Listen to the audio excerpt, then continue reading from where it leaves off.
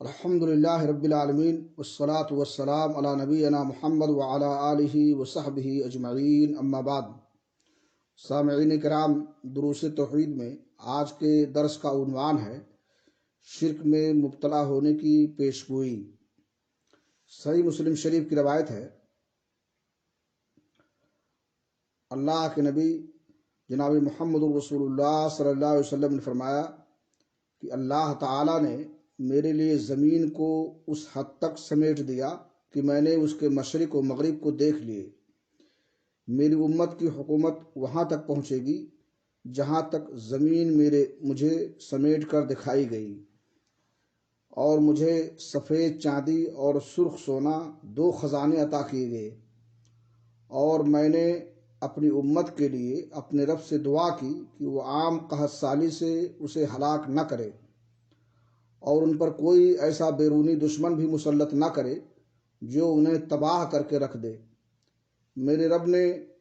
فرمایا، اے محمد، جب میں کوئی فیصلہ کر دیتا ہوں تو اسے ٹالا نہیں جا سکتا۔ میں آپ کی امت کے بارے میں آپ کی یہ دعا قبول کرتا ہوں کہ میں انہیں عام قحط سالی سے ہلاک نہیں کروں گا، اور ان پر کوئی ایسا بیرونی دشمن بھی مسلط نہیں کروں گا جو انہیں تباہ کر کے رکھ دے، اگرچہ سارے دشمن ان کے خلاف متحد کیوں نہ ہو جائیں۔ البتہ یہ خود آپس میں ایک دوسرے کو ہلاک کریں گے اور ایک دوسرے کو قیدی بھی بنائیں گے۔ اس حدیث کو امام حافظ البرقانی نے بھی اپنی کتاب الصحیح میں روایت کیا ہے، اور اس میں یہ بھی ہے کہ مجھے اپنی امت کے بارے میں صرف گمراہ پیشواؤں کا خدشہ ہے، اور جب ان میں ایک دفعہ تلوار چل پڑی تو قیامت تک بند نہ ہوگی، اور قیامت اس وقت تک بپا نہیں ہوگی جب تک میری امت کی ایک بڑی جماعت مشرکین سے جا نہ ملے، اور میری امت کے بہت سے گروہ بت پرستی نہ کرنے لگیں، اور میری امت میں 30 دجال پیدا ہوں گے۔ وہ سب نبوت کا دعویٰ کریں گے، حالانکہ میں آخری نبی ہوں، میرے بعد کوئی نبی نہیں آئے گا، اور میری امت میں ایک گروہ ہمیشہ قیامت تک حق پر رہے گا،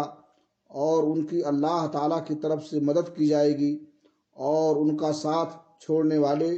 ان کا کچھ بھی نہیں بگاڑ سکیں گے یہاں تک کہ اللہ تعالیٰ کا حکم آ جائے۔ گمراہ پیشواؤں سے مراد وہ لوگ ہیں جنہیں انسانوں نے دین یا سلطنت میں اپنے پیشوا بنا رکھے ہیں، جن کے ہاتھ میں انسانوں کی باغ ڈور ہے، اور وہ بدعات و شرکیات کے ذریعے گمراہی پھیلاتے اور لوگوں کی نظروں میں اس قدر مستحسن کر کے دکھاتے ہیں کہ وہ انہیں حق ہی سمجھنے لگتے ہیں۔ اس حدیث میں اس جماعت کو منصورہ کہا گیا ہے، یعنی اللہ تعالیٰ کی طرف سے حجت و برہان کے ذریعے ان کی مدد کی جائے گی۔ اس مدد سے مراد شمشیر و سنان کی مدد نہیں، بلکہ اس لیے کہ اگرچہ بعض مارکوں میں انہیں ہزیمت سے دوچار ہونا پڑے گا یا ان کی حکومت و سلطنت ختم ہو جائے، مگر اس کے باوجود وہ اپنے دلائل، نصوص، موقف کی پختگی اور درستی کی بنا پر سچے ہوں گے، اور ان کے معاندین و مخالفین باطل پر ہوں گے۔ اللہ رب العالمین سے دعا ہے کہ اللہ تعالیٰ جو ہے ہمیں شرک سے محفوظ رکھے اور صحیح دین پر قائم رکھے۔ تقبل یا رب العالمین۔ وصلی اللہ علی نبینا محمد وعلی آلہ وصحبہ اجمعین۔